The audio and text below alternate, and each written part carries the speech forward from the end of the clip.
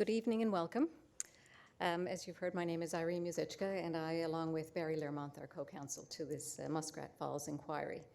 Today, the Muskrat Falls inquiry is holding the first of two public consultation sessions to provide an opportunity to the public who have not testified at the inquiry to share their thoughts about the project and to what they've heard during the inquiry. The Muskrat Falls project has had and will continue to have significant impact on all of the province of Newfoundland and Labrador for many years to come. On the first day of the public hearings, September 17, 2018, Commissioner Richard LeBlanc stated that the Commission's purpose was to permit the relevant parties and people involved to set out the story as to the Muskrat Falls project from its conception to its completion and operation. Through the process of the inquiry, the Commission and the public have been given the opportunity to hear what has transpired, and the witnesses and the parties have been given fair opportunity to provide the relevant information they have. To this end, at the conclusion of Phase 3 of the inquiry this Friday past, the Commission had heard from 134 witnesses over 139 days of testimony and reviewed nearly 6 million records, of which 4,548 have been entered as public exhibits. We also heard from multiple expert witnesses who have provided evidence pertaining to mega project management, project governance, best practices, and lessons relating to other major electricity infrastructure projects and regulation and governance of the energy sector, just to name a few. As you come forward this evening to express your thoughts, please keep in mind that the Commissioner is only able to act on comments that fall within the inquiry's terms of reference. This includes things related to the economic case and costs of the project, as well as the management of the project, but does not include any criminal or civil responsibility or current or pending court cases. We are also interested in your thoughts on what you've heard during the hearings. As a reminder, the inquiry's terms of reference require that it inquire into whether all options were considered at the time of sanctioning the project, why there are significant differences between the actual cost of the project and the estimated cost at the time of sanction, whether it was justified and reasonable for the project to be excluded from oversight by the Public Utilities Board, and whether the government was fully informed so as to appropriately decide to sanction the project and whether it employed appropriate measures to oversee the project. Now, when you came in, you were handed out a summary of the Muskrat Fall inquiry terms of reference. So I encourage you to review it because it is certainly laid out in more detail than what I've just provided in the overview, and will be a helpful reference as you come forward with your comments. We are grateful to the Harris Centre at Memorial University for their assistance to the Commission in managing this public consultation. So I turn this over now to Mike Clare. Thank you, Irene. So we've got quite a few speakers lined up, so we're going to move fairly quickly to get things started. So this event was not initially planned when the Commission started its business. It was added kind of later on when it was felt that we've heard a lot from experts, but we should also hear from the public. So this is an opportunity for people who have not spoken or appeared at the inquiry to speak to the Harris Centre. We will compile a report from the comments that we hear tonight, that we hear next week in Happy Valley Goose Bay, and that are submitted online. We'll compile a report from that and submit it to the Commissioner for his consideration. Those of you who make comments tonight, I invite you to look at this report. We will, everybody who's here tonight will get an email saying when the report is done. Those of you who have commented tonight, have a look at your comment to make sure that we've captured it correctly, and if not, let us know and we'll make the necessary change. This event is being webcast and is going to be archived on the web afterwards. It'll be archived in a few days on the Harris Centre's website and on the Commission's website. As Irene mentioned, the Commissioner is only able to deal with issues that fall within the inquiry's terms of reference, which were set by the Government of Newfoundland and Labrador, not by the Commissioner. It was the government that set this. And as a guide, we've printed the terms of reference to guide your comments here tonight. I'm sure we will stray from the terms of reference, but keep in mind that it may be limited with what the commissioner can do with those comments. This is a very emotional topic. There's a lot of anger, a lot of frustration, etc. We are all aware of that. We're here tonight to gather in reason to talk about these things. And so if perchance we stray into talking about individuals, being disrespectful about certain individuals, I may halt you there. So just a bit of a warning in advance. Does anybody not have the list of speakers? Does anybody not? Everybody's got it? Okay. So you can see who is going to be speaking in what order. Is there any of the speakers who absolutely need to be somewhere else later on tonight and who are maybe appearing later on in the list and may want to go ahead? Does anybody fit into that category? If there was, we'd try to switch you with somebody who would be prepared to switch with you. Okay, we're good. You have several ways of making your comments. You can come here to the podium. You can stand where you are and we'll bring a microphone over to you, or you can sit where you are. Whatever makes you most comfortable, please make your comment that way. However you choose to comment, please speak clearly into the microphone so that the audience, both here in this room and watching online, can hear your comment. And also, we have a note taker at the back of the room. I've instructed her that if there's something, she didn't capture a thought or something like that, that she should interrupt us and just we'll get you to clarify your comment. This is really important. We've got 20 people lined up to speak. It's very important that the last speaker not speak at midnight. So my main role here today is going to be the timekeeper. And I do it with all respect, but we need to make sure that everybody has an equal chance to say their piece. So we have allocated 5 minutes to everybody. There will be a clock. Riley, do you want to bring the clock up on the screen? There will be a clock on the screen, and if you're here, you'll see it on the screen here as well. And I would ask that when your time is over, you can stop there. If you have more to say, if there's more stuff that you didn't get a chance to say, etc., there is an online facility on the web that you can submit your comment. So you can still say it, but I ask you to respect the 5-minute rule, and I will stop you at 5 minutes. Just to be fair for everybody.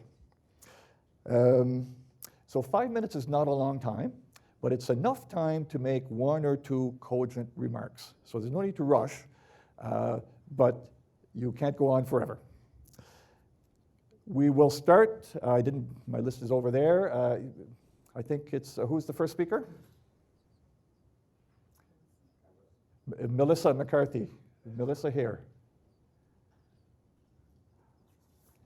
Melissa is not here. Okay, hang on.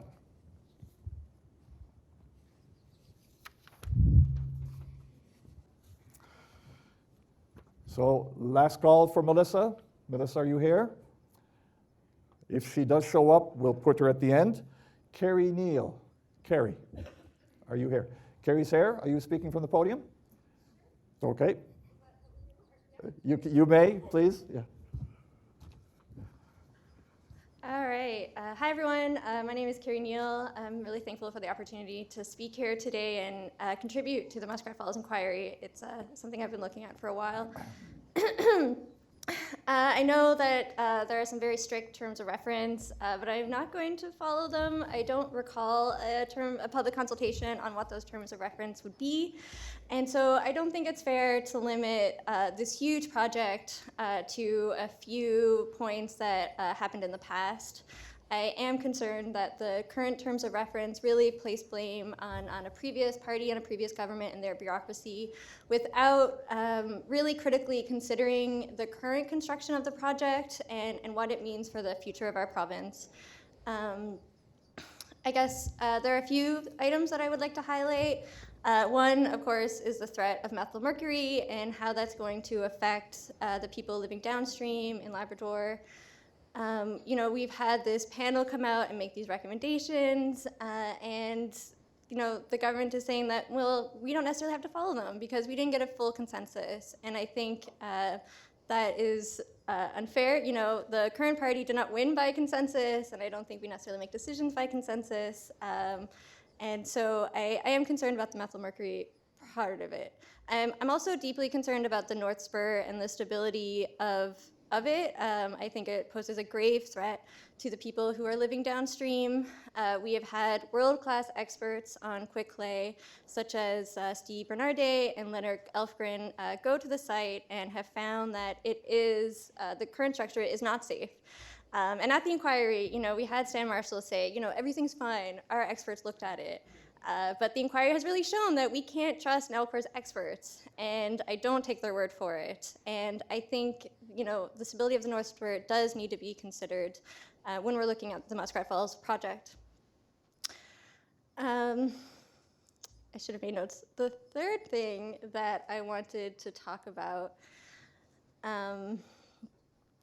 was the I do want to make a point about Gull Island.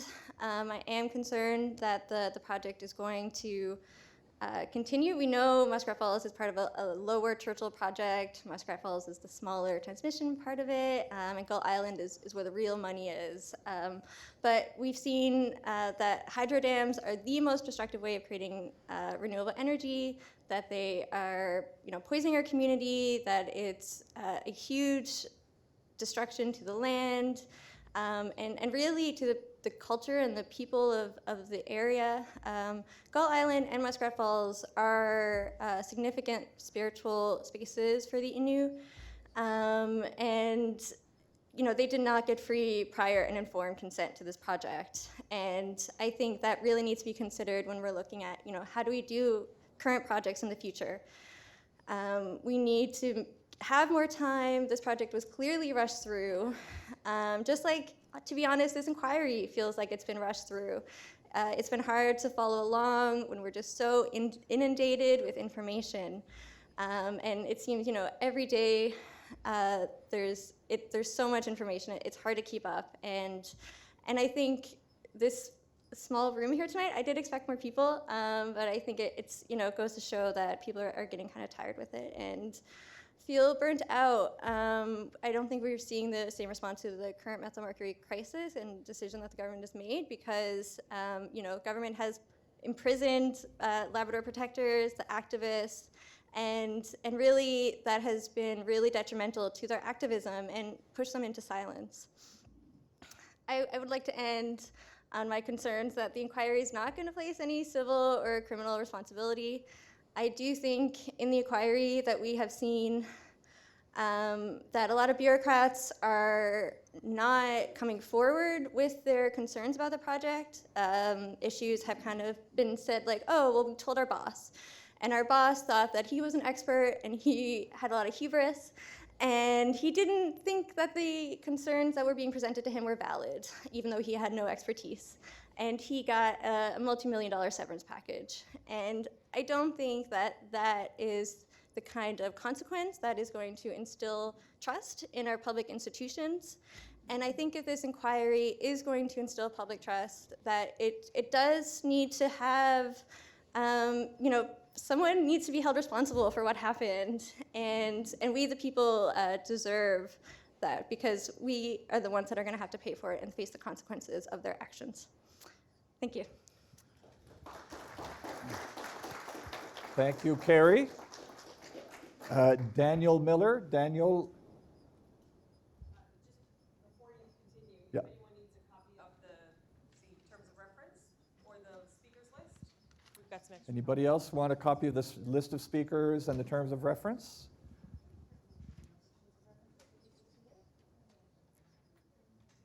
Anybody on this? Oh, down there came on the left. Daniel Miller. Daniel, are you here?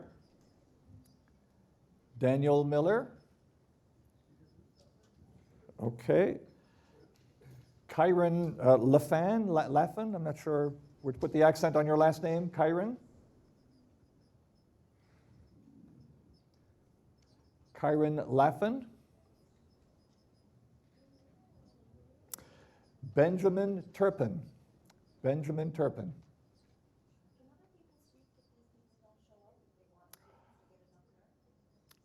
That's a good question. While we settle this, I'll think about that. Benjamin Turpin. Benjamin Turpin is not here. Leah Mavel. Leah, please.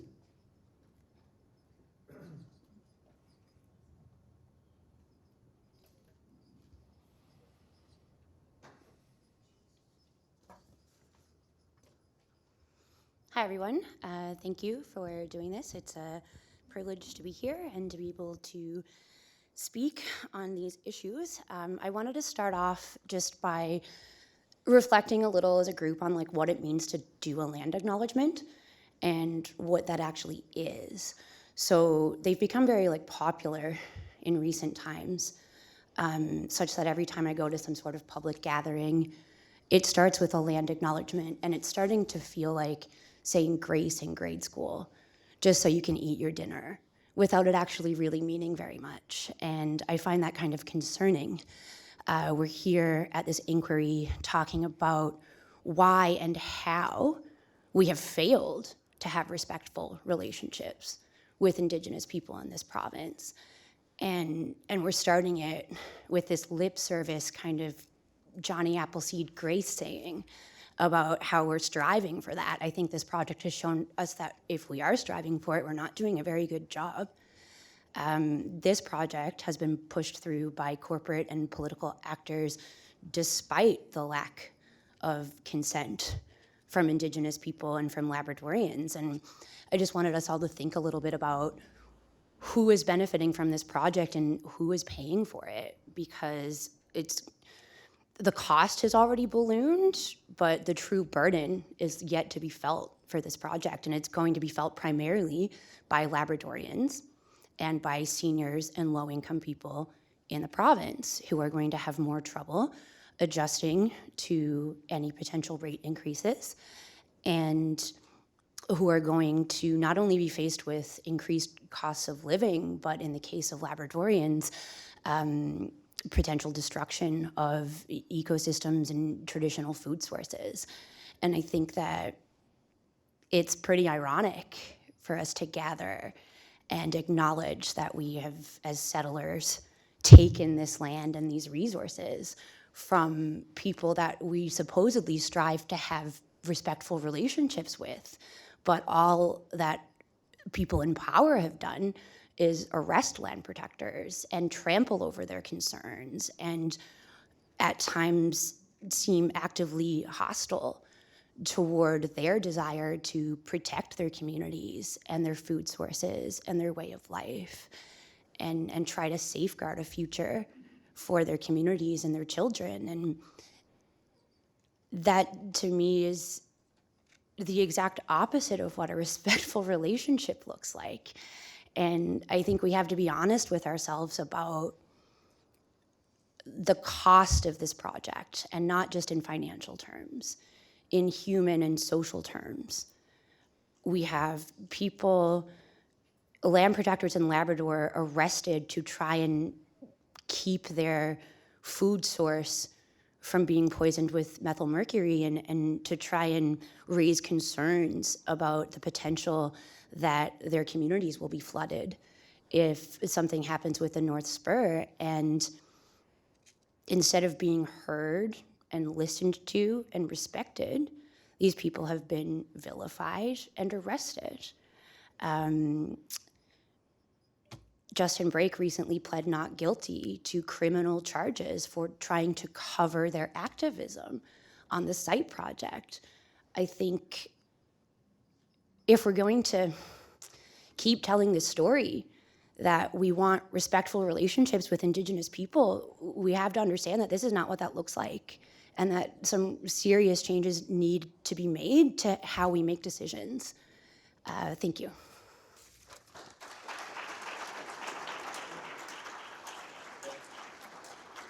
The next speaker on the list is Travis Inkman. Travis, are you here? Is that you, Travis?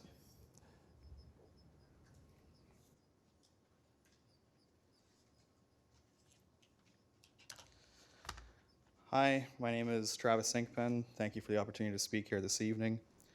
I'll try to keep my comments brief.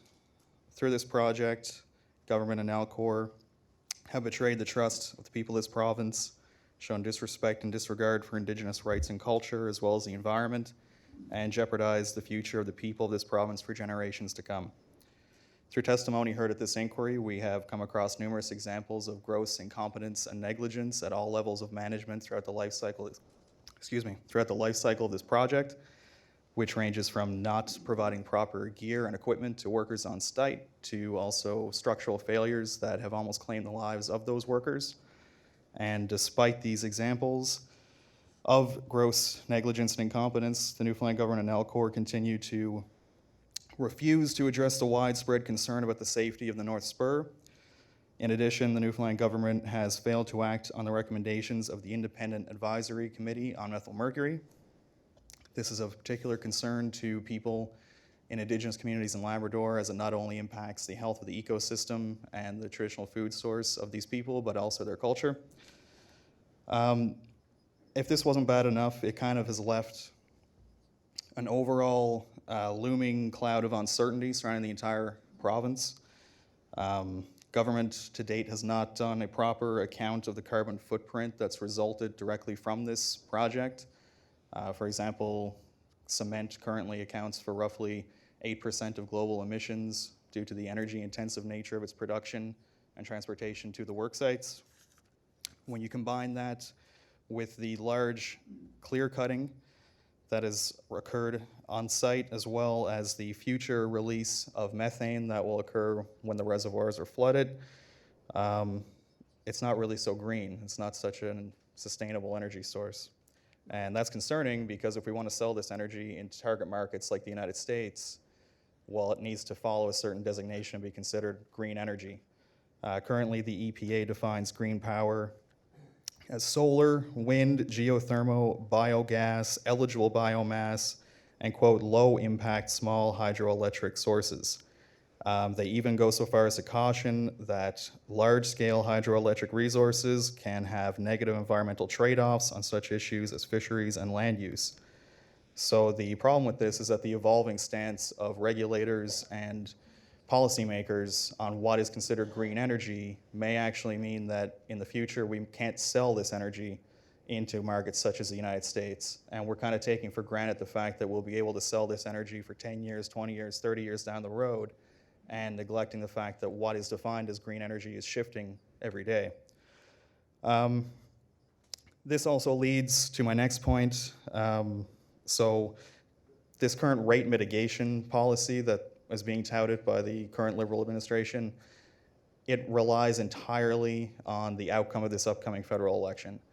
So there's another level of uncertainty. So if for some reason federal assistance is pulled and all of a sudden our rates do increase 200%, which has been thrown around in the media, then this is going to disproportionately impact low-income families and fixed-income seniors who are not going to be able to adequately address the increased costs that this will put on them. So they'll have to choose between shelter and power or food and power.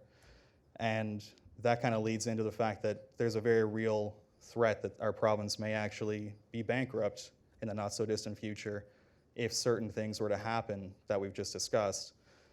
And that's very disappointing and very sad as someone who's in their late 20s that should be looking towards the future and looking at settling down and maybe buying a home. All of this uncertainty, both regarding the economic situation that has largely resulted from this one project, and the lack of transparency, accountability, and overall corruption that is kind of indicative of this project, but also extends to our current government, makes me not comfortable to make that investment and not comfortable to buy a home and set roots here, even though I've lived here my entire life, and that's very disheartening. And we do need to do better with our Indigenous neighbors. We do need to do better overall. I think we can, and we should. And that's it. Thank you. Thank you, Travis. Simon Hoffman. Simon, are you here? So some of the people who are not here may be coming later. I'll be checking on things. Stephen Wollinitz.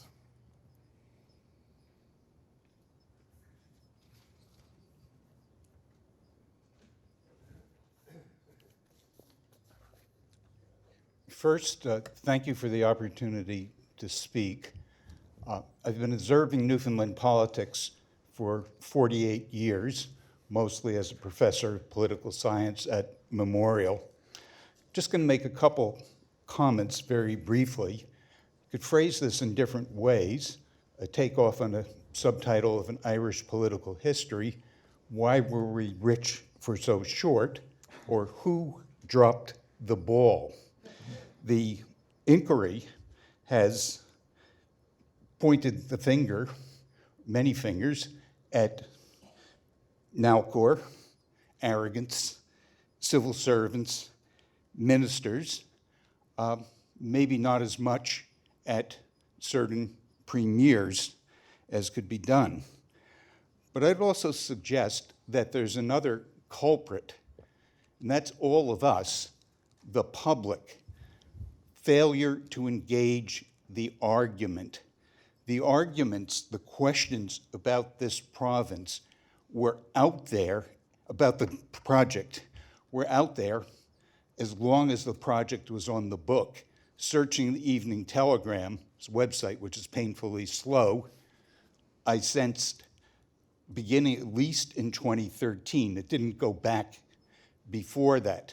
There were articles by Dave Vardy and Ron Penny. There were articles by Cabot Martin. Others, I wrote the odd piece myself.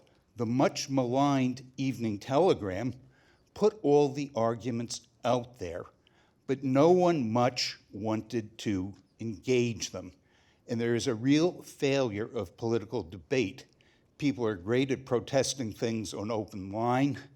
I've seen things happen in other provinces that would be prevented here. People being jerked around, their kids out of French immersion in BC, where my children live, like everyone else's, as the case might be. But no one wanted to engage or criticize. Why was this?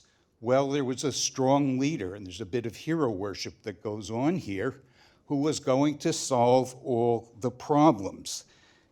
Everything was going to fall into place, and an ancient score was going to be settled.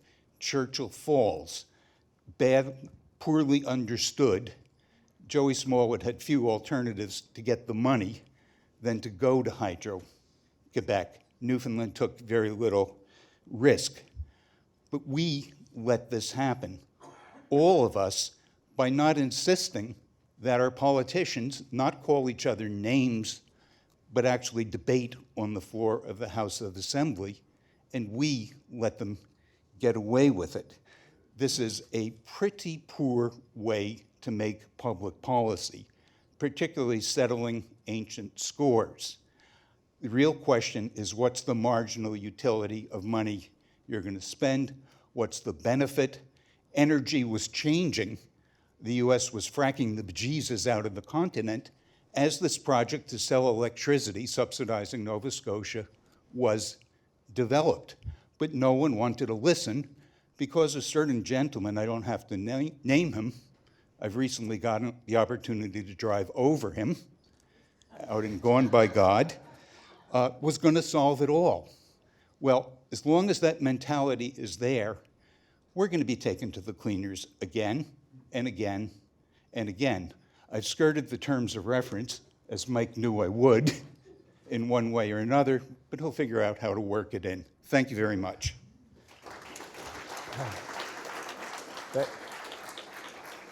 Thank you, Steve. Bob Kennedy. Bob, are you here? Bob Kennedy?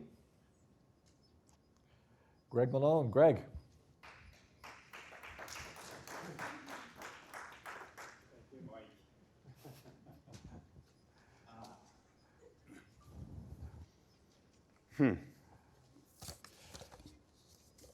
What can a private person say about the squandering of billions of our tax dollars, the endless abuses and the shameless excuses we have been left with? I know people the people I know are disgusted and they are demoralized, and I know people who are actually leaving the province before the big rate hikes from Fortis kick in. Muskrat is now a driver of out-migration. There will be fewer people to pay the debt. It has just cost us our credit rating with Moody's. Everything is going to be more expensive.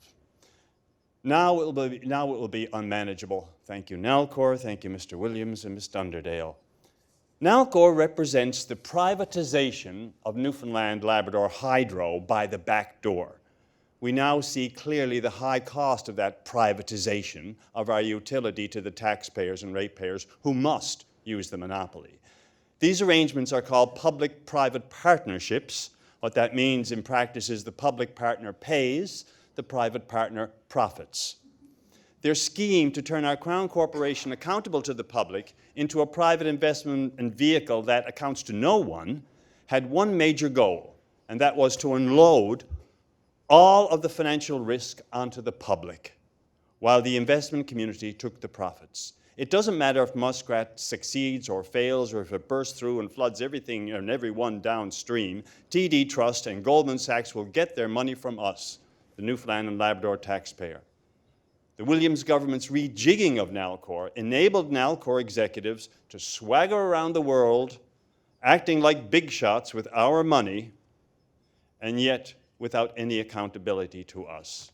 And because all the risk was put on the taxpayer, not on Nalcor executives, they were emboldened to ignore market forces, engaged in unsound market economics, and took unnecessary risks which no one in the private sector would ever undertake. Stan Marshall called the Muskrat Falls project a boondoggle. He should know. He built one in Belize, the Chileo Dam on the McCall River. Fortis ruined the lives of thousands of people downriver, and has the poor ratepayers in Belize over an economic barrel with higher and higher rates, which they cannot escape, just like us. Clever Stan.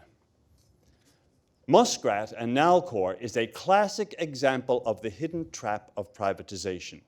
A Crown corporation set up like a private business, free to speculate with public money without any accountability, is a natural evil which encourages reckless business practices and where abuse and corruption are the only and inevitable long-term outcome. It is a sorry example of how financial risk and the cost for mitigation and cleanup are not factored into the balance sheet as they should be, but are externalized onto the public. Newfoundland and Labrador Hydro used to return millions to the provincial treasury. Now we're paying out billions to the investment community, TD Trust and Goldman Sachs. That's who owns us now. Our government sold us to them like so much chattel, and there's no wonder people are leaving the province to get free of it. Nalcor should be restored to a proper and respectable Crown corporation, where we could all have the satisfaction of not paying bonuses to a bunch of executives who apparently cannot do an honest day's work for an honest day's pay without being incentivized. I don't see that paying these bonuses to Nalcor executives has helped us, and paying out even more bonuses is not the answer. We need to recruit some honest civil servants to fill these positions, not more self-seeking CEOs in need of constant incentivization. The public has serious and legitimate questions of these Nalcor executives, and we deserve answers. Why was SNC Lavalin ever awarded an untendered contract for Muskrat Falls? We're told only SNC Lavalin was big enough to do the job. Really? Too big to fail, too big to jail, is that it? SNC Lavalin is the only country in the world can build a dam? I don't think so. SNC Lavalin, fresh from its bribing and corruption scandal in Libya, knows how to get the job done. So they awarded another untendered contract, this time a subcontract to their disreputable friends at Astaldi, who took away jobs that Newfoundlanders and Labradorians were doing and doing better. Then Astaldi made $700 million of our dollars disappear in extra costs. Where is the itemized accounting of those costs? We need to know exactly where that money is. In an Italian bank account, a Quebec bank account, or a Libyan bank account? We don't know, but we should know. We need, and I'm calling for, a forensic audit by the RCMP to get the answers we deserve here. Where is the money? Was SNC Lavalin's contract for Muskrat a condition for federal funding? Was that money earmarked for their friends at SNC Lavalin? These are questions we need answers to. SNC Lavalin paid out significant bribes in Libya. Dams are notorious for bribes and corruption.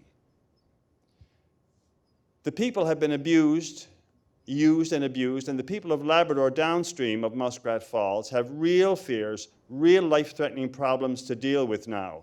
For them, a God-given paradise has been turned into a poisoned nightmare. Yet their concerns have been treated with indifference and contempt. The millions of dollars earmarked to cap the wetlands and reduce the methyl mercury poisoning wasn't spent. They missed the deadline. Mitigation was left undone because our government missed the deadline. They forgot. This is the excuse the people are proffered? It is shameless. Now Stan Marshall is going with those millions to play Santa Claus in Labrador. I hope he's planning a pilgrimage to Elizabeth Benashaway and Jim Learning and those others to apologize to those sane, honest people who tried to save us from this mess. But I doubt it. I think a forensic audit by the RCMP is the minimum we deserve here. I would like to thank the Commission. Thank you, Mike, for your timely reminder. Thank you for all the work you've done. And thanks to the brave journalists who have kept us informed of vital issues that our government tried to hide from us. Thank you very much.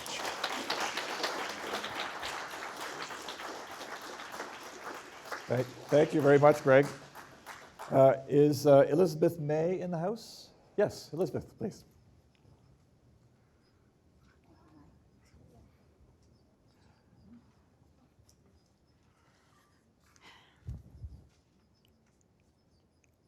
Thank you.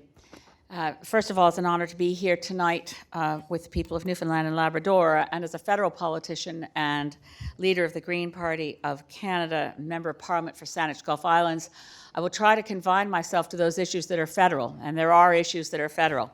The first among them, of course, is the federal government's responsibility, a fiduciary responsibility to uphold Section 35 of the Constitution and protect the rights of Indigenous people from violations such as Muskrat Falls.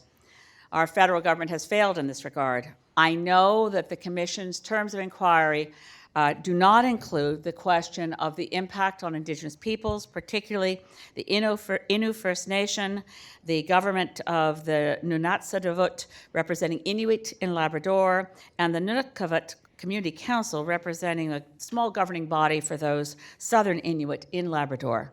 It's clear that even now, as Greg Malone just mentioned, another promise is being broken and the preparations are being made to flood the area without keeping the promise to try to mitigate the creation of methyl mercury, failing to cap the wetlands, and being prepared to increase methyl mercury content, just as happened to the Cree of northern Quebec with James Bay. This is a health threat, and it's shocking to me that the federal government hasn't stepped in to protect Indigenous rights in this occasion. But of course, the federal government is also involved, and as a federal member of Parliament, going back to the very beginning of this project, the Green Party of Canada opposed it for many reasons. And instead of exercising fiduciary responsibility, of urging the government of Newfoundland and Labrador to heed the warnings of the federal provincial environmental assessment conducted under the pre-2012 Canadian Environmental Assessment Act, which did a good, solid job in assessing environmental impacts, but also pointed out there is no business case for this project. That was ignored, and the federal government eventually joined the general political sloganeering and cheering for a project that made no sense. Just as Greg Malone just did, I also worked on the project to try to stop Fortis from destroying the Upper McCall River with a dam that made no sense. It was also led by Stan Marshall at that point with Fortis. And they missed certain things. So when they now tell us, trust us, we know the northern spur will be stable, I'm reminded that the same CEO told us, trust us, we know that in the Upper McCall River we're building on granite. Their environmental assessment missed the fact that it was actually sandstone. The Upper McCall Dam doesn't work. And it's certainly significant to me that the same promises are being made now, even though Swedish scientists like Dr. Stig Baronson and Lennart Elfsson continue to raise questions. What will happen if the glacial marine clay of North Spur gives way, given the additional pressure created by the reservoir and even by the concrete embankments they've created that are supposed to stabilize the situation? So on top of methyl mercury contamination, the ecological damage that's being done, this project creates a sea of red ink for the people of Newfoundland and Labrador, and it's now buttressed by $10 billion in federal loan guarantees. It makes no sense. It's a dreadful, terrible waste, and it puts this province at risk of bankruptcy. As a federal politician, I'll always stand with the people of Newfoundland and Labrador and work to find ways to mitigate the impacts on the day-to-day life of residents of this province from electricity rates that will be sky high for a project that never had a market. So I do think there's one little ray of hope, and I found it in the submission from a group called Drive Electric Newfoundland Labrador. It was submitted to the Newfoundland Labrador Public Utilities Board, and it suggests that this province start leading the way on action to reduce the climate crisis by shifting to 100% electric vehicles in this province as quickly as possible. The breakdown of how this would work is detailed in their submission, and as my time ticks down here, I won't be able to go through all the elements of it. Just that if this province gave the money and support from the federal government to take the 390,000 passenger vehicles in this province, eliminate the internal combustion engine, move to electric vehicles, help consumers, and particularly those of low income, have such vehicles, then they'd be able to fuel them with power from Muskrat Falls, reducing the burden financially on this province and creating $232 million of new revenue to the province to help deal with this disaster. It does come down to one thing, as previous speakers, particularly Greg Malone, just pointed out. Public utilities should be public. Privatizing is a slippery slope to ruin. And this province is, for me, as a British Columbian, the central reason that I'll continue to try to stop Site C, which is following the same trajectory. No public utilities inquiry, ignoring the environmental assessment, and ignoring Indigenous rights to build a project that nobody wants except those who want to frack for gas and build LNG to take us down further the road to ruin in the climate emergency. Thank you for your time. Thank you, Elizabeth.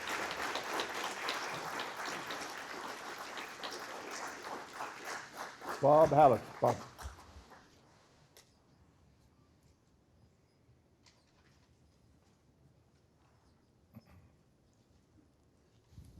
Thank you. I'm an artist, an entrepreneur, and a writer and a thinker here in St. John's, Newfoundland. And several weeks ago, on behalf of Terra Bruce Productions, we debuted a new Newfoundland and Labrador musical, No Change in the Weather, here in St. John's. And I'm proud to say we sold out every seat for every show. Over 4,000 people have come to see that show in the last 3 weeks. And that show has a political and social dimension.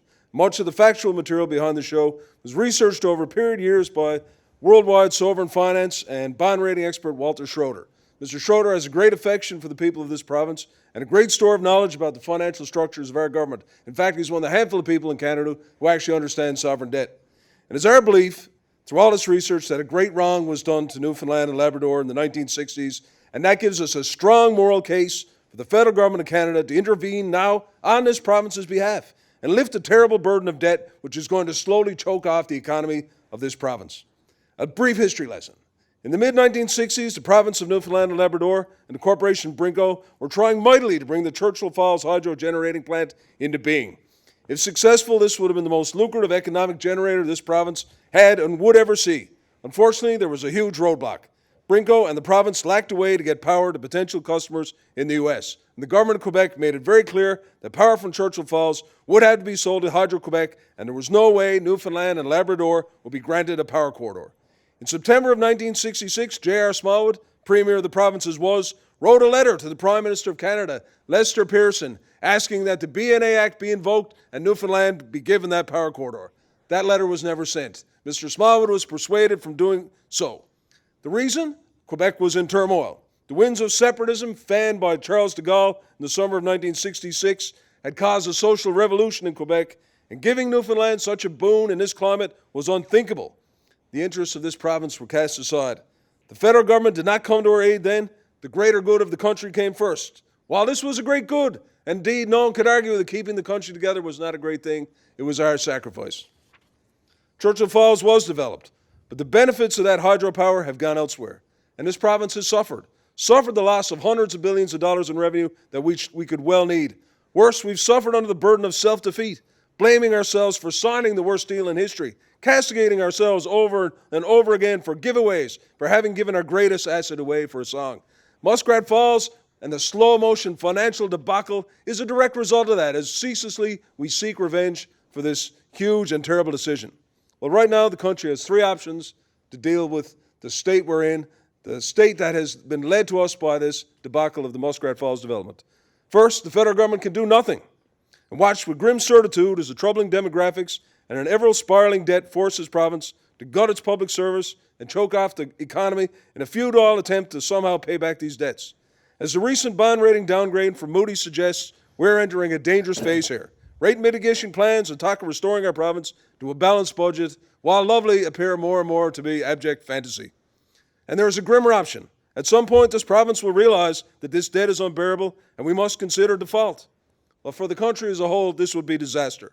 Other provinces also carry unsustainable debts, and world financial markets finance them on the assumption that the federal government will backstop these debts. If Newfoundland and Labrador is forced to default, the world's bankers lose confidence in the whole country, and the entire financial system of Canada will be plunged into a chaotic maelstrom. This cannot be allowed to happen.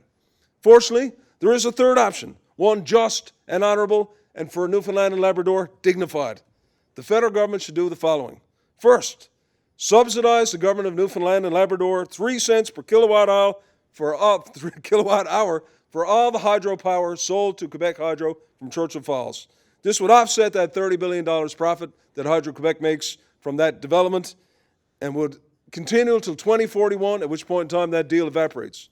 Secondly, the federal government should pay back the interest on the federally guaranteed Muskrat Falls debt. $8 billion times 5% at the current fixed rate would be $400 million, again to 2041. Together, these two payments would inject some $1.3 billion into the Newfoundland economy. The additional $1.3 billion would allow the Newfoundland government to balance its budget and will stop electric rates from doubling. After 2041, when Churchill Falls power reverts to Newfoundland, the province can use the income from Churchill Falls to replace the $13 billion in debt, pay down our debt to the country of Canada, and bring ourselves back into the economic mainstream of this country. So just to conclude again, in the 1960s, Newfoundland and Labrador's financial future was directly sacrificed to keep the country together. There was a great debt paid by the people of this province for the sake of the country. Now, in the time of our greatest need, it's time for the country to step up and pay that debt back. Thank you.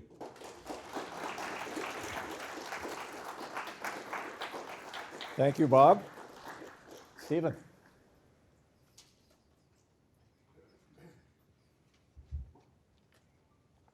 I'm going to do something I never do. I'm going to read from a script because I'll never get it through 5 minutes. Overview.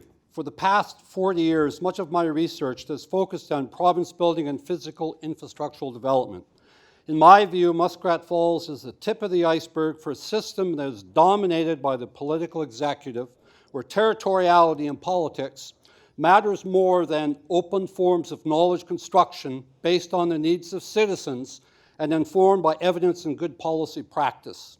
For further details, I would recommend my book called Ottawa and the Other Provinces, published by James Lorimer in 1995. My main points. Muskrat Falls is the tip of the iceberg and not an accident. To understand and prevent again, we need to focus on inherited path dependencies associated with the power and autonomy of the provincial state and associated energy, natural resource interests that are key to anchoring the power of this old regime. Knowledge construction and gaps were the product of restricted pathways of decision-making controlled and manipulated by various premiers and agencies they created and relied upon. In the current system of problem definition, resolution, and analysis, citizens are spectators only.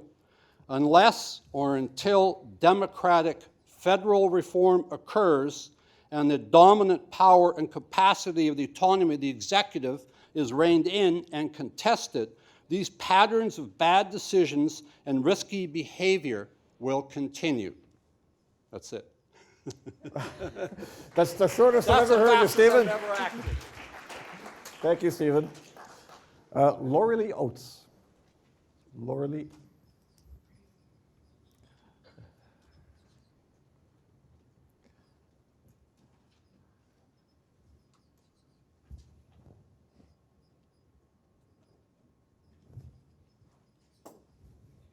Good evening.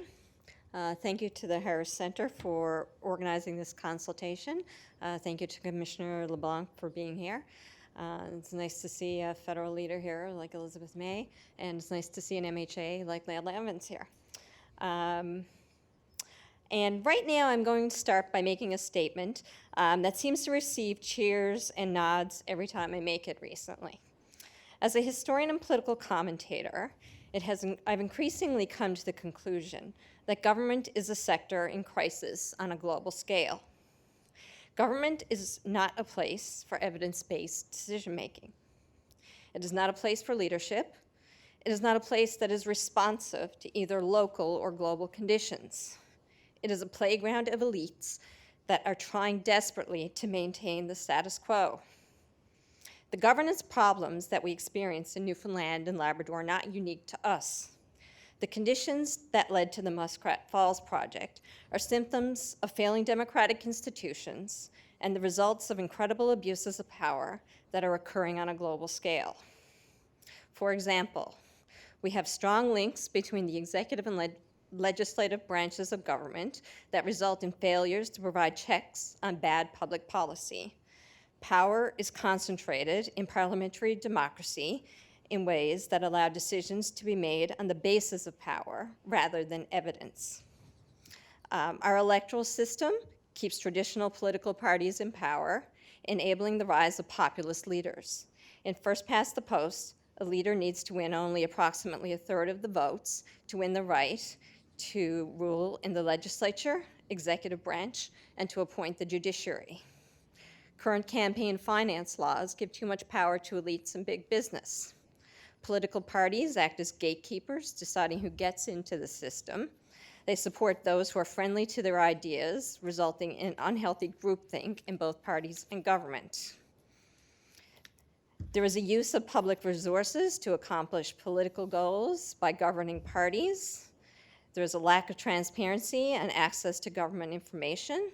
This is particularly challenging in the age of declining resources in newsrooms and increasing corporate concentration in media ownership.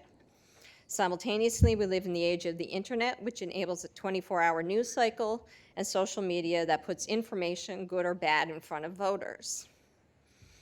Furthermore, this is facilitated by poor management of government records, which results in a lack of accountability on the part of elected leaders and civil servants.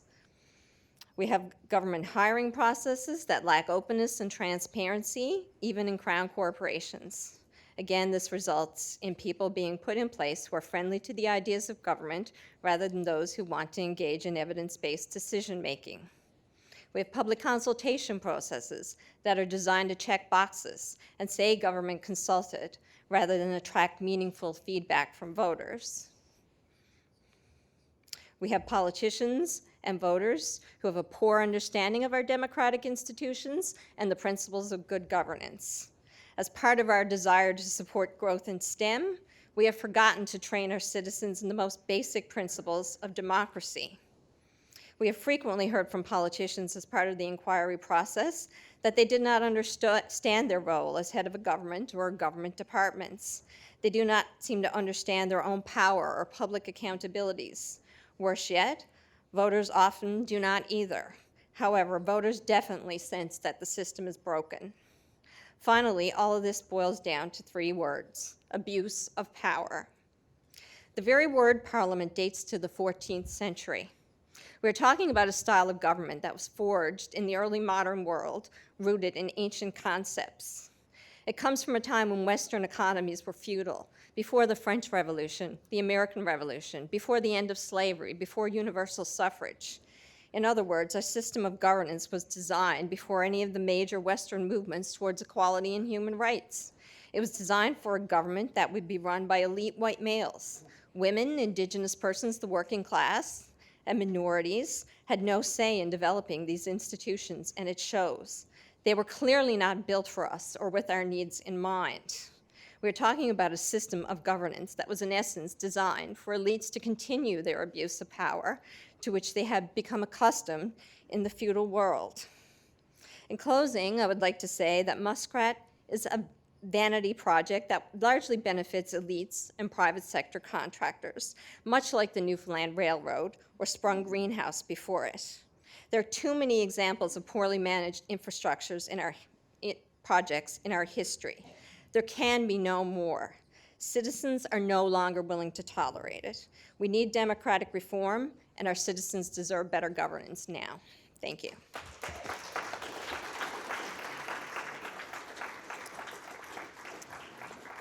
Thank you, Laura Lee. Zheng Li. Is Zheng here? Yes. Yes. You can speak from where you are or come here. Okay.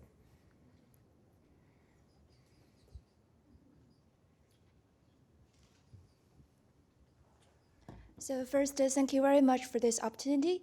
I'm sorry I'm very less prepared as all the others prepare for their great speech, but now I only have with a very slight phone. So, but actually, it's really a great opportunity for me to see so many people was now all focused on the Muskrat for projects we are considered about nowadays was the market and the future strategies for our own values on there. Actually, I'm so excited to, and first time I come to Newfoundland 3 years ago, to say here is the stage as the world leading for the clean energy and totally environmental friendly developments for this province. It was great to see, a long-term clean renewable power, which is 98% sustainable energies in the future, or maybe just in the next 2 years. So for me, I just have some really quick suggestions for this project as the one who come here seeking for the environmental engineering studies. The first one actually is with really true alarms for the mass mercury releasings to the local community for Inuit people and for the food security, for the health risk, and also for its priceless cultural heritage. Especially, it will definitely become like a long-term influence for generations. So I would like to see if in the future we can see our pollution control and contamination mitigations, which in a very transparent public supervisions.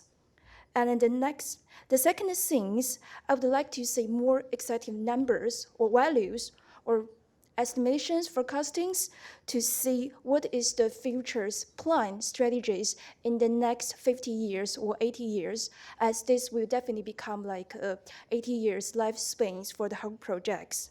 Especially nowadays, like a lot of latest research to show we are in a really changeable environment. We will have to face more extreme weather events like flood, droughts, or the storms. Yeah, everyone knows here the weather here is changing every 5 minutes. Yep. So I would like to see more planning on these things. The third things, and also my last opinions. I know these projects meaning very special to the people in here. So I was wondering if we could find any potential economic values for this project, become like a tourism point or become the landmarks for the peoples, especially for our next generation, to see how we are working, are focusing on, and dedicate our own efforts to this project and bring a bright futures. But I really appreciate for these opportunities again, and I would really appreciate to see the great imaginations and the courage for the people here to fighting for a clean, green future. Thank you so much.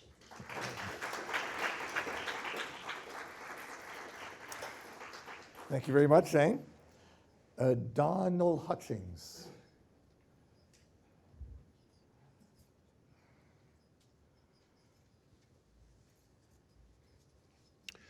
To introduce myself, I'm a retired engineer who spent his career in the utility industries.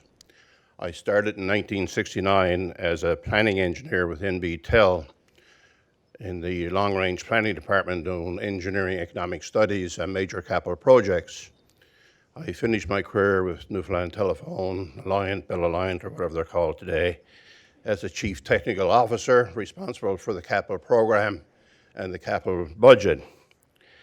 Back then, we had a process for all major capital expenditures that when the problem was identified, a study would have to be performed. The problem or issue would be identified, the alternative plans or would be identified, they would be costed, economic studies, engineering economic studies would be done, the pros and cons, the advantages and disadvantages, analysis would take place, and a recommendation would be made. The plan would go up the line, depending on the order of magnitude of the project, to an appropriate level for approval. Something such as Muskrat Falls would have to go to the very top. The board of directors would have to approve it, signed off by the board chairman. Was that done in this case? Do we have a document that has been signed off by the board of directors of Nalcor? If we have, is it publicly available, and can I see it? I had some health issues over the past 3 years, so I was not able to follow the commission as closely as I would have liked. But I think that should be made available. If they signed off on it, then the board is responsible and must take responsibility of the consequences. If they didn't, then they're grossly negligent and also must take responsibility for the consequences. Now, the second thing with this project was that if it was expected to be paid for by the utility ratepayers, then it should have went to the Board of Public Utilities, and I understand it didn't. So whoever approved the exemption of the project, not going to the Public Utilities Board, should bear the responsibility of the consequences of the project and be held accountable. The results of this and the magnitude of the consequences is totally unacceptable. And those who were responsible should be taken to task for their omissions and irresponsibility of their actions. Thank you.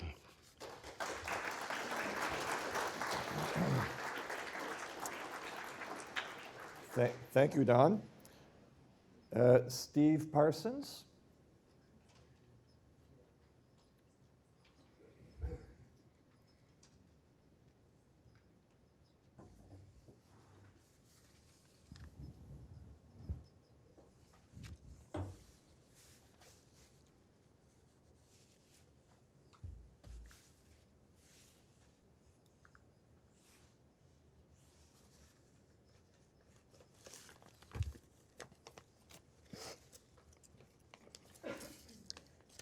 My name is Steve Parsons. I'm speaker number 18. That's 1-8. This piece was penned on July the 25th, and I'm representing the common working man. I see Chatham House represented here tonight. Your website is something else. Milner and Rhodes and Eddie Bernays would be proud of you, but I'm not. Happy friends. As the book title says, none dare call it conspiracy. However, it is painfully obvious to some that this is exactly what we are facing. As more and more evidence of this was presented to the inquiry in the form of government compartmentalization and the policy of omerta, those in oversight at this review were merely observers of the tip of the iceberg. Some of the players visible, others hidden beneath the waves, with many, in the words of that illustrious Lord Chancellor to a legitimate monarch who graces our 6-cent stamp of 1910, protesting too much. It is a travesty that the people of this province have had to endure this second assault of debt enslavement. It is an even greater travesty that the best and brightest failed to keep in check the twisted desires and ambitions of their peers.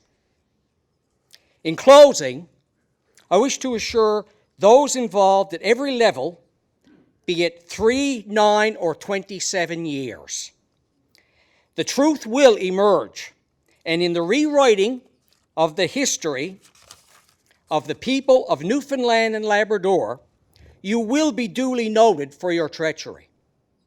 let us go to suffering.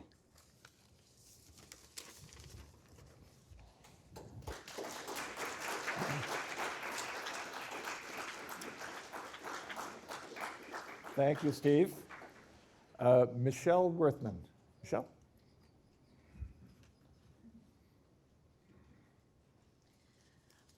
Hello, everyone. I didn't write a speech. I have post-traumatic stress. I stand in my backyard, and sometimes I stand out in the street with painting signs, and sometimes I've told you people to F off as I asked for your vote.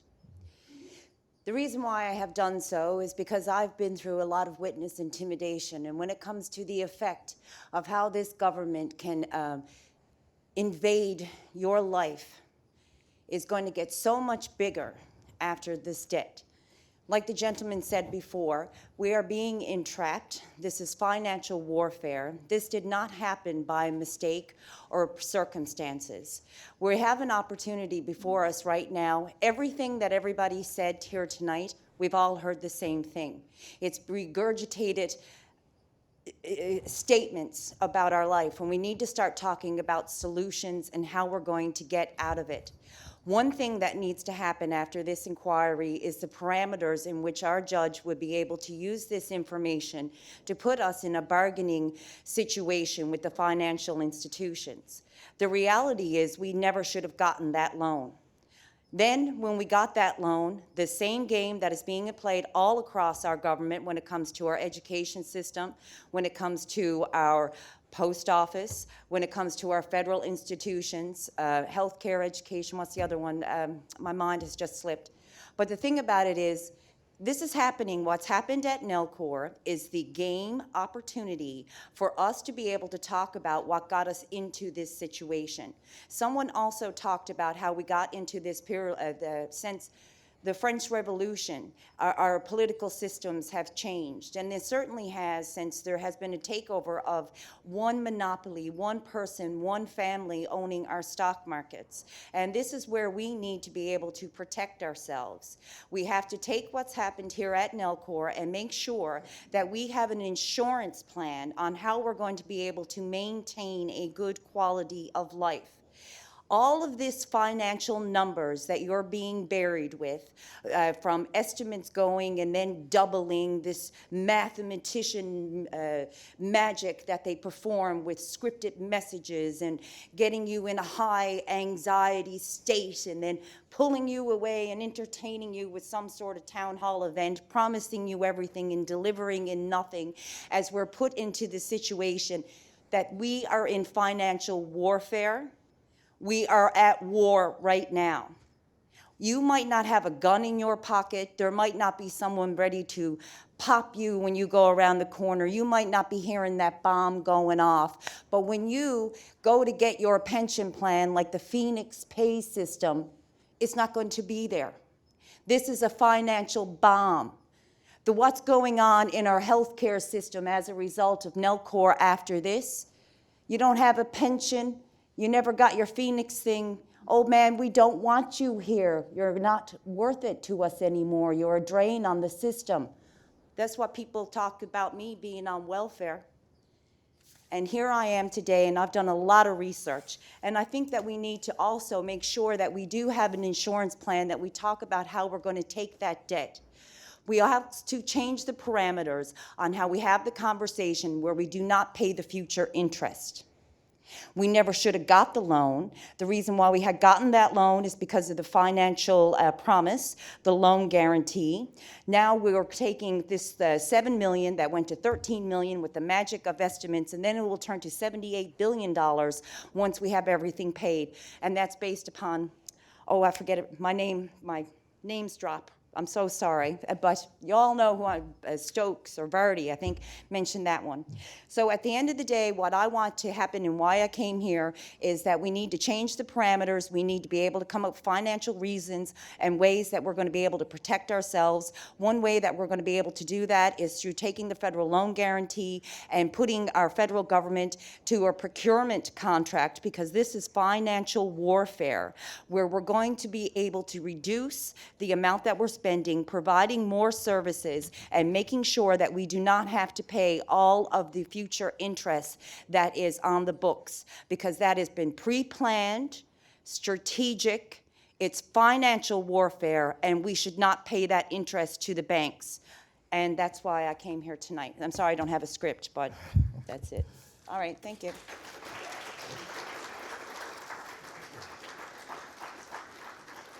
Thank you, Michelle. Don Blackmore.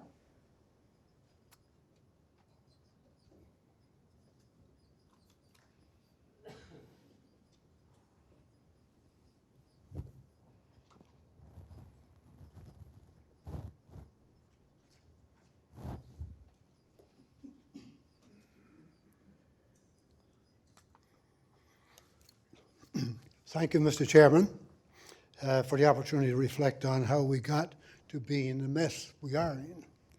And I want to say right from the beginning, I want to look at how we're going to, what our chances are of getting out of it.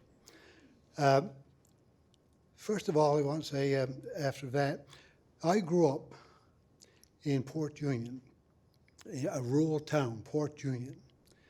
And I was born in 1939, so I don't mind telling my age. I don't have any paranoia about that.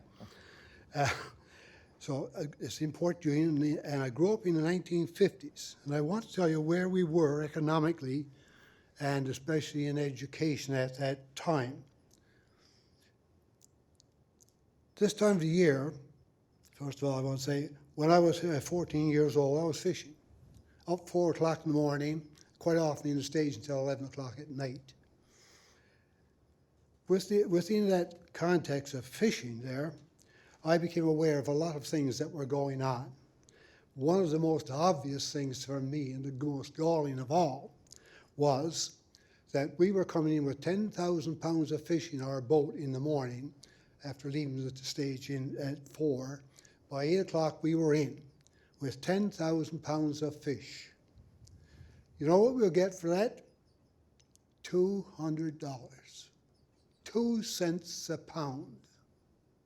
And I sat in the boat, gutting that outside, out in the water, off the fish plant in Port Union. And I knew then there's something bloody well wrong with the things in Newfoundland. And it even became more obvious when we sold our salt fish.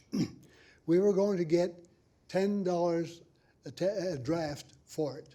That's 224 pounds, 240 pounds.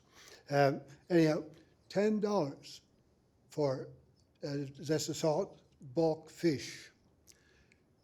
Soon after we started fishing one year, a schooner came into harbour from Nova Scotia, and they paid us $12 right on the spot right there. And I remember standing in the boat and tossing up yaffles of fish, salt fish, aboard of that schooner and thinking, well, this is better, but it's still pretty bad. And of course, in our system, no one was doing anything about that. Everything we had to buy was at a premium price, and it went on like that. I attended a 3-room denominational school, and in that school and in that system, I knew that there was something wrong as well, because we had these 1, 2, 3-room schools in one community. We had this denominational school system here in Newfoundland that was wasting our scarce dollars all over the place for the wrong reasons. And there was no one doing anything about that. And when the Commission of Government came into being to save us from ourselves, they presented their agenda to the powers that be in St. John's. And the one thing they were warned against, you don't touch the education system. That was sacrosanct. Sacrosanct for whoever. Who was it? It was so interesting, the main interest there. The dropout rate, because of the system where we couldn't even fund the the education of teachers. We had people teaching who failed grade 11. And the dropout rate in the schools was from 70 to 100% in rural Newfoundland. That didn't seem to be a problem for the powers that be, who were so determined to keep us wasting our money at that time. When I graduated from high school, I was very optimistic. First of all, there was peace in '57. The war was over for a few years now. We had the United Nations to keep peace in the world. We had Confederation, and mothers and old age pensioners could have a bit of money in their hand, cash in hand. Most of these people out there never had cash in hand in their lives. My university studies, at that time I should say, I was concerned about my, where's the time? Don, I'm going to give you one more minute. Okay. But I want you to make your point. Yes, I want to make my point on the next page. The point being, so now we're in this scandalous situation. Are we the people who elected the politicians and watched the growth of the bloated civil service over the years? Now going to hold them, are we going to hold them accountable and demand the reforms that are required? Compared to the rest of Canada, we have very serious social problems that will handicap us. In Canada, we have the highest rate of illiteracy, the highest unemployment, the highest alcoholism and consumption, the highest spousal and child abuse, the highest rates of obesity and related diseases. The latest news, the highest absence from school in Canada. That tells you something about our dedication to education, doesn't it? Where have our political, social, religious, and other caregivers, leaders been while all of this has been developing? How well have we used our democracy to improve ourselves? One of our most respected public and political figures recently said in a conversation with me, we are our own worst enemies. It's time for us to wake up, and there are a lot of good people out there who would like to get involved in politics, but it's to the stage now where they wouldn't touch with a 10-foot pole, a 50-foot pole, because they would only be blemishing their reputations. Thank you very much. Thank you, Don.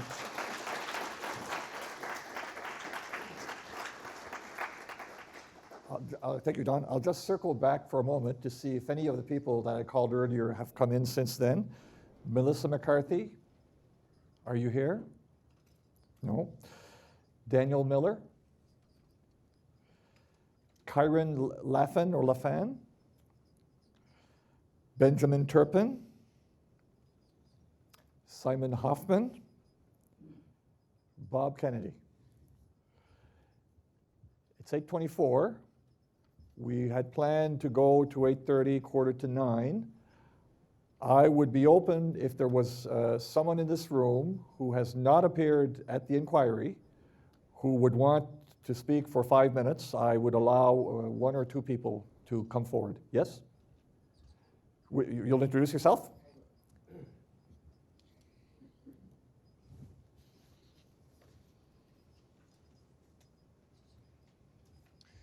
Thank you, and good evening, everybody. My name is John Seary, and a few of you may have heard my name in the last couple of months, as myself and Joe Butler have started an organization called Drive Electric NL. Why the hell would two business people sit down and say, boys, let's create a nonprofit, it's not going to pay us a cent, it's going to take up a shitload of our time, and we're going to be out in front of the media all day long? Because we have come to realize that there are better ways of doing things and that it's something that can benefit all of us. My wife and I have been driving fully electric cars for over 3 years now. We're into our 4th year. We could have never been happier. What the heck are the rest of you guys doing? This province imports $1.4 billion worth of gasoline and diesel every year. And you are all suffering from that expense. We're not. And if every car in passenger vehicle in this province over the next 10 years was encouraged to switch over to an electrically powered one, we'd very neatly use the surplus power that Muskrat Falls is going to generate. Muskrat Falls is projected to produce approximately 5 terawatt hours of power per year. 1 terawatt hour is promised to Nova Scotia to Emera for the Maritime Link. 2 terawatts are used for the province for their current domestic needs. The remaining 2 terawatts, as best I can find, and we don't have a lot of time to look into this, and nobody's sitting down and telling me, but from what we can see, the plan was to export to the to US or wherever they could send it. But traditionally, according to Nalcor's own 2017 and 2018 annual reports, they're getting about 3 cents per kilowatt hour. Domestically, right now, we're paying about 4 times that. So if we took that 2 extra terawatt hours of power per year and used it ourselves, that's worth $232 million.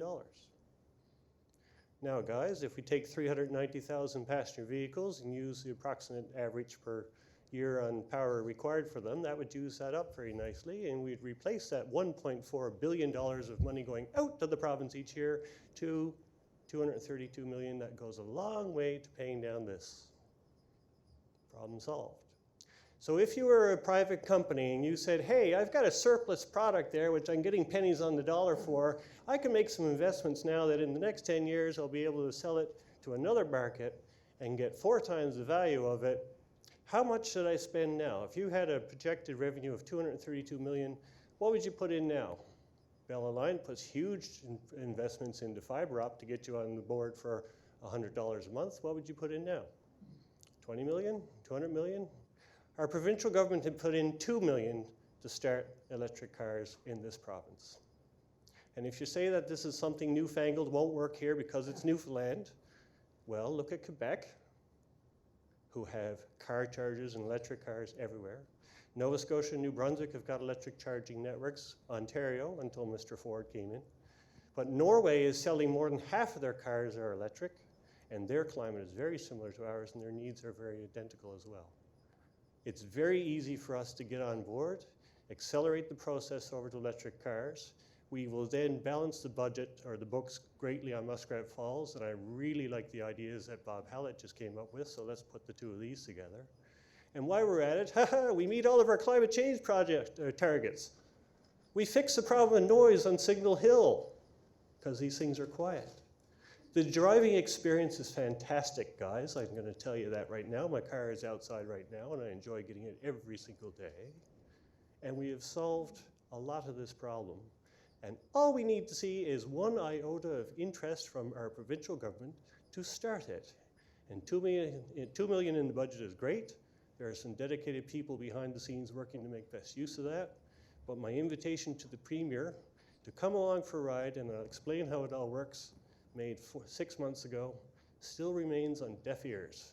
So not only did they do this project, they don't have any plans to use the power from it until I hear from him. I don't expect all of them to have the answers, but for God's sakes, listen, and we can show them and make it happen. Anybody has any questions on how they can do this themselves? Come find us. That's what we're here, is to tell you how it all can be done. Thank you.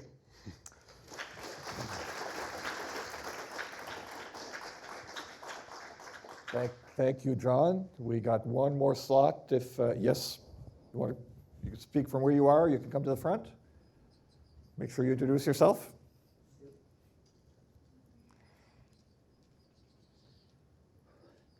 My name is Jerry Skinner, resident of Newfoundland, and retired, I guess, 19 years ago, and got very interested in the energy opportunities that were available in Newfoundland. And after 2 years, I guess, it came to my attention that there might be a possibility of eliminating the Holyrood diesel plant with wind power.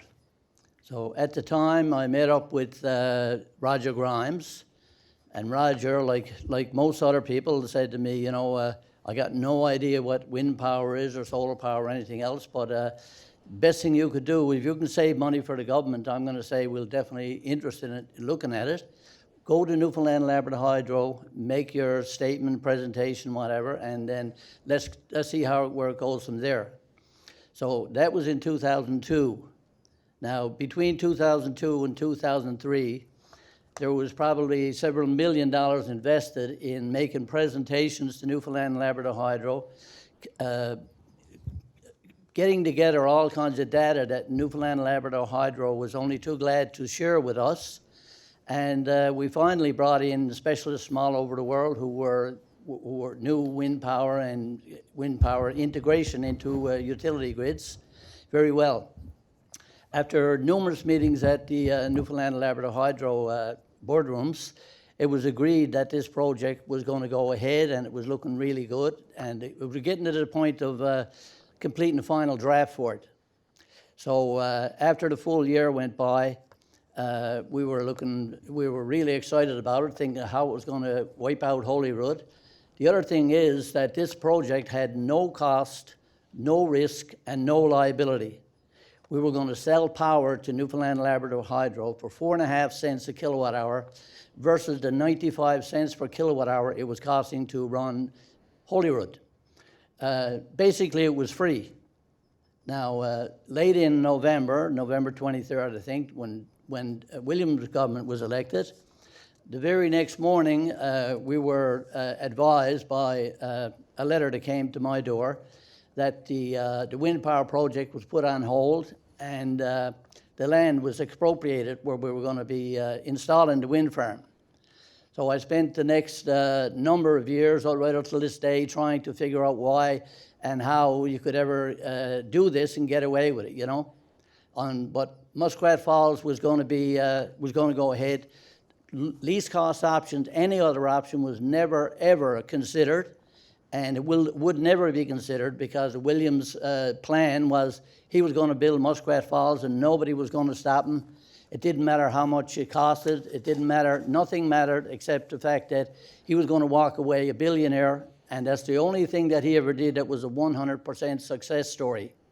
Right to this day, we've been asking the government, the new Ball government, to help out and try to start amalgamating some of the renewable energy into the utility grid, but it's never been accepted. Even though they came out now and approved net metering, the net metering plan that was offered is pretty well being discouraged by the utility companies when clients go to apply for it, and they'll drag it out so long and talk about all the negative things that can happen, which are really none of their business when it comes to liabilities about things that happen to individuals or companies who want to go that way.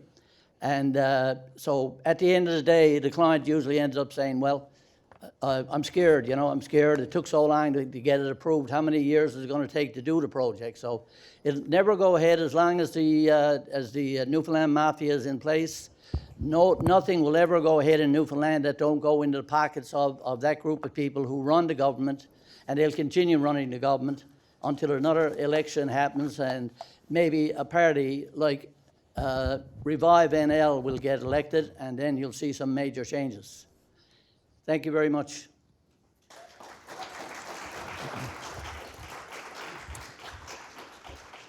Oh, Jerry, are these your glasses? These your glasses?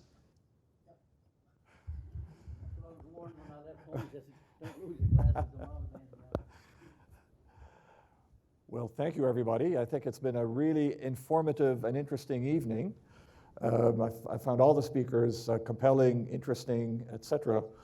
But we've come to the end of it. And but before we go, let me say a few thank yous to the people who made this happen. In the first place, I want to thank Commissioner Justice Richard Leblanc for having had the idea to do this event. As I said earlier, this event didn't need to happen. He thought it would be important, and I agree with him. I think it has been well worthwhile. This is probably the most important public policy issue of our generation, and the public has wanted to have a say in it, and Commissioner Leblanc, thank you very much for providing us with the opportunity. I want to thank Ms. Mujiska as well for bringing greetings on the part of the Commission. And I also want to thank one of the employees of the Commission, Jerry Beresford, who's been my contact at the Commission. An absolute pleasure to work with, and I would love to work with him again. So thank you very much to the Commission of Inquiry. I want to thank the staff of the Harris Center, who've done their fantastic work, their usual fantastic work, Kim Crosby, Kathy Newhook, Ruby Fewer, and Mandy Rousel. And the always efficient event staff here at the Signal Hill campus, John Duff, Riley Shea, Mandy Strickland, and Joe as well. And of course, Rob Greenwood, to whom all of these people report. So again, you've made my job here very easy. But the most important thank you, of course, goes to you, and especially to those of you who have spoken here tonight. It's really intimidating to stand in front of a bunch of people and to say your deepest thoughts and how you feel about certain things. I really admire everybody who put their thoughts to paper and rehearsed and came here and delivered their presentations in a really professional manner. It says a lot about democracy in Newfoundland and Labrador. It's too late that it's only kicking in now. It should have kicked in a bit earlier, but now I really like the feeling in this room. It takes courage, imagination, energy, and a commitment to the public good to do what you did, and we're very grateful for you for doing it. So this is democracy in action. So this brings this event to a close. I want to thank you all very much for taking the time in a beautiful summer evening. You guys should get a medal for coming in here and for participating in this event. Thank you very much.